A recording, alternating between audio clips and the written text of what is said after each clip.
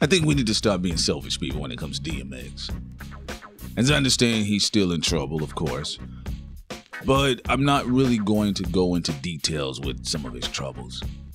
At least not in a very nuanced fashion about each individual particular detail. I'm just talking about an overarching theme here. And what I am very agitated when it comes to fans and the fandom.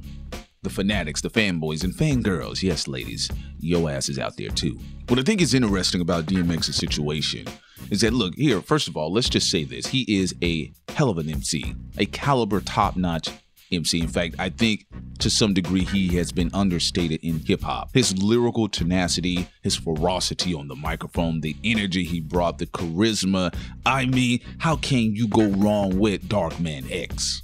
However, though, on the flip side, you know what I mean? We've had situations where he has been embroiled in conflict after conflict after conflict after conflict. When you think about it, flesh of my flesh, blood of my blood, it's dark and hell is hot.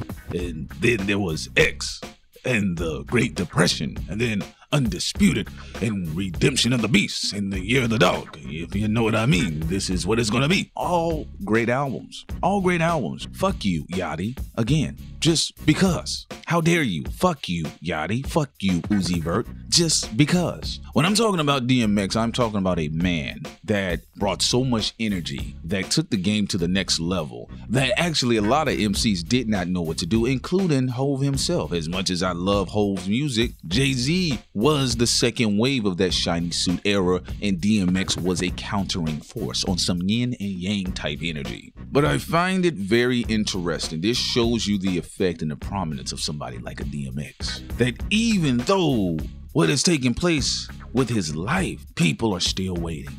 Isn't that amazing? People are still waiting. They're waiting for that comeback season. The same way they are waiting for that Lil Wayne comeback season. And to some degree where people are still waiting for Kanye West to come up out of Kim's vajayjay out of Wyoming and come back with another classic. But we as fans, we tend to be a little selfish. We tend to say, all right, man, just do it for me. I just need one more thing from you, man. Dude, I just want one more oomph from you. Just give me one more oomph.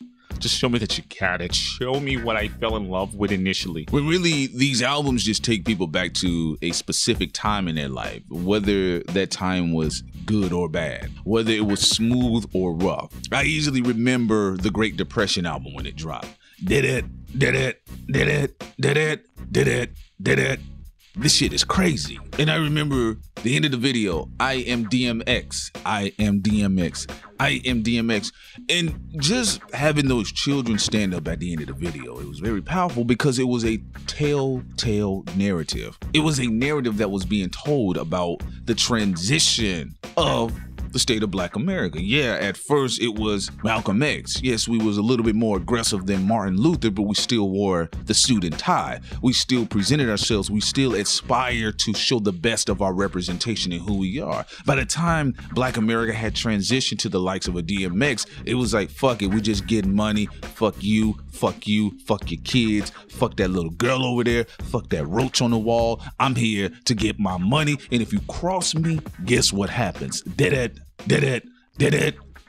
So that's why they used that clip, just like what was taking place at the end of that Spike Lee joint, one of Spike Lee's classic, of course, Malcolm X, where the children stood up and says, I am Malcolm X, I am Malcolm X, I am Malcolm X, I am Malcolm X, I am Malcolm X. Then you had the little boys and girls of Black American DMX's music video, I am DMX, I am DMX. Again, the transition to Black America. That's what I pulled from it, but I digress. I tend to think a little bit more multi-layered than a lot of people sometimes. But DMX, for the most part, we have to accept this situation for what it is. Crack is a hell of a drug. I've had family members that were on crack. Relatives, people that came in and out of my life, I've seen on crack.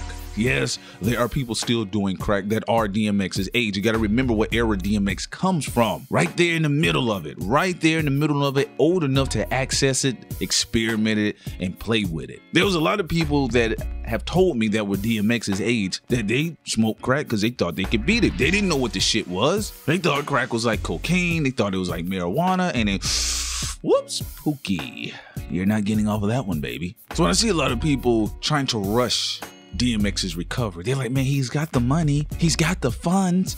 Why can't he get straight? Because it's crack. It's crack. It's that simple. It's crack cocaine. And the way it bonds with your system, it's something unique. It becomes a part of the person. It's like Eddie Brock and Venom. That's what that shit is with DMX. We saw what was happening with Whitney Houston. And here's the thing, there's some other shit that was going on with Whitney Houston. Some people suspect foul play. Some people suspect the Illuminati, whatever the case is. We know for a fact that those types of hard drugs destroy a person. See, this is why you listen to what I say. I do talk about hip hop, but also I talk about other things. I'm with my woman, Sincere Ignorance, my love. That's my addiction. But, you know, I talk about different things. And even if I'm going to touch on pop culture references, I'm going to use it to try to illustrate a point. Or I'm going to have fun. In this situation, I like to use DMX to illustrate a point. The fans need to stop being self. I feel like this. I've gotten the best out of DMX. I've gotten the best out of DMX. I have enjoyed his run. I am glad I was alive to witness his run. I am glad I can say when my children look back and they pick up and then there was X. They was like, yo, who is this guy? I'll tell you that. Come on over here. Come on, sit down over here. Let me tell you something about this man here. This man here was... excuse me. This man here, he got this voice. Did it. And you had to be there to see it. And he was just going crazy. He had so much energy. There were a couple of MCs. There were the Red Man. There were Mythical. There were Busta Rhymes. You gotta know Busta Rhymes. Okay, Pops, I just want to know who is DMX. There's nothing wrong with that. I think we are in a very greedy, selfish culture. We want more from the artist than what they can give. That is all DMX can give to us right now, and possibly forever. This is it. This is where the line stops. This is where you get off the train, children. I'm sorry, boys and girls, the shop has been closed down. The point is this, if you want that DMX, then you go back and you listen to Flesh of My Flesh, or It's Dark and Hell is Hot. And then there was X, The Great Depression, Redemption of the Beast, The Year of the Dog, Yo, Yonkers, all that shit. That's what you can do. You go back and listen to those CDs, those albums, and you can go back in your world and think back to a time where this man was that nigga. Because I guarantee you this, baby, you will never see this again. You will never see it again. And DMX is an individual in hip hop. On paper, he's understated. He is. On paper, even as far as his lyricism goes, he's underrated. However, though, when you look at the responses from the people when they see him in his current condition and how people are reaching out and how people are feeling and how people are just saying, damn, dog, what's going on?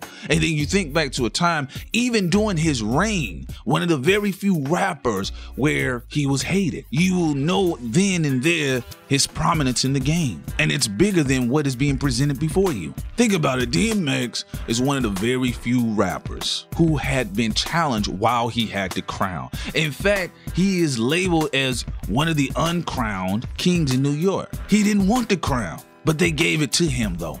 The United States gave it to him, and to some degree the world gave it to him. They gave him the crown. He didn't give a fuck about it. That was the beautiful thing about X. That was metaphorical as to who he was. He had it, didn't give a fuck about it. Now that may be good or bad, that depends on how you look at it or how far he took that I don't give a fuck attitude. He said, I'm just gonna do me. Fuck the shiny suit, fuck the cars, fuck the bling, fuck the video vixens, fuck all of that. I gotta give you what's in my soul. That's DMX. So anyway, just wanted to leave y'all on that one. Felt like talking about that for a minute. Leave your comments below. Tell me what do you think about this situation. This is your man P Solo, out one. Peace.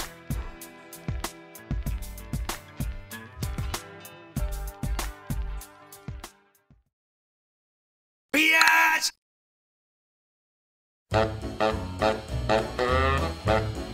Beans and cornbread. Beans and cornbread. Beans and cornbread. and cornbread had a fight.